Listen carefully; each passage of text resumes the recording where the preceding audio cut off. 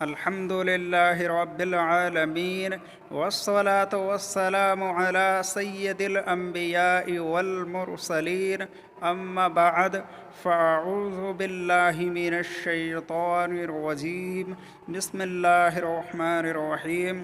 تمام خواتین و حضرات السلام علیکم ورحمۃ اللہ وبرکاتہ ومغفرتہ۔ یہ جو کہا جاتا ہے کہ غصہ کرنا حرام ہوتا ہے، تو کیا واقعی غصہ ہر جگہ حرام ہوتا ہے؟ تو پھر یہ جو ٹیچرز حضرات ہوتے ہیں اسٹوڈنٹس پر غصہ ہوتے ہیں، اسی طرح ماں باپ بچوں پر غصہ ہوتے ہیں، اسی طرح عالم حضرات یہ شاگرد پر غصہ ہوتے ہیں۔ تو اگر غصہ حرام ہوتا تو پھر یہ تو گناہگار میں شامل ہو سکتے ہیں، تو ایسا نہیں ہے۔ یہ کچھ باتیں ہمارے معاشرے میں غلط طریقے سے معروف ہو جاتی ہیں جن کی حقیقت یہ نہیں ہوتی ہے۔ اسی طرح یہ کہا جاتا ہے کہ لالچ بری بلا ہے، لالچ کرنا اچھی بات نہیں ہے، تو ایسا نہیں ہے۔ کچھ لالچ اچھی بھی ہوتی ہیں۔ نیکی کی لالچ کرنا یہ بہت اچھی بات ہے، جنت کی لالچ یہ بہت اچھی چیز ہے۔ اسی طرح اللہ تبارک و تعالیٰ کی بارگاہ میں مقبول ہونے کی یہ لالچ یہ اچھی ہے۔ تو غصہ ہر جگہ حرام نہیں ہوتا ہے۔ پہلی بات تو ایک بات یاد رکھیں کہ غصے کا آنا حرام نہیں ہے، غصے کا آنا غلط نہیں ہے، کیونکہ یہ بے اختیار چیز ہے، یہ بے اختیار امر ہے، یہ ہماری قدرت و اختیار میں نہیں ہے۔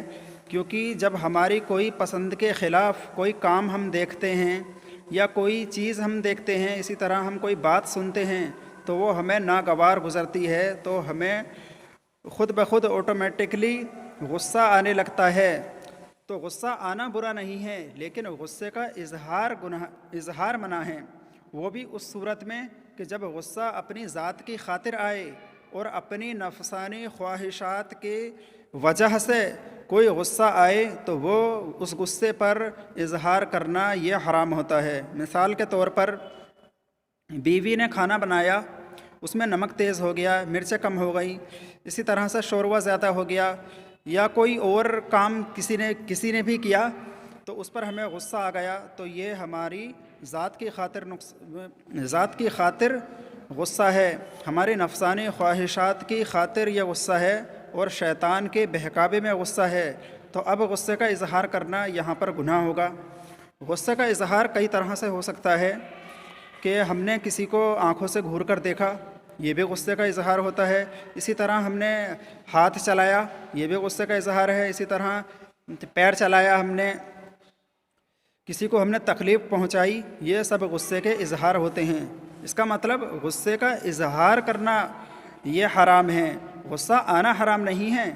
اور جو غصے جائز ہوتے ہیں جسے شریعت مطلوب رکھتی ہے تو وہ یہ ہے کہ اگر اللہ تبارک و تعالیٰ کی رضا کی خاطر اگر غصہ آئے، مثال کے طور پر اگر بیوی نماز نہیں پڑھتی، اسی طرح بچے نماز نہیں پڑھتے یا کسی اور طرح کے گناہ میں ملوث ہیں، تو اب اگر والد صاحب کو غصہ آنا چاہیے، اگر غصہ نہیں آیا تب وہ گناہ گار ہے۔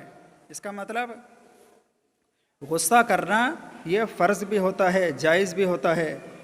تو اگر کوئی گناہ کرتا ہے تو اللہ تبارک و تعالیٰ کی رضا کی خاطر ہم اگر اس پہ غصہ ہوں گے تو یہ جائز ہوتا ہے، اور غصہ نہیں ہوں گے تب گناہ گار ہوں گے۔ تو آپ بات کو سمجھ چکے ہوں گے۔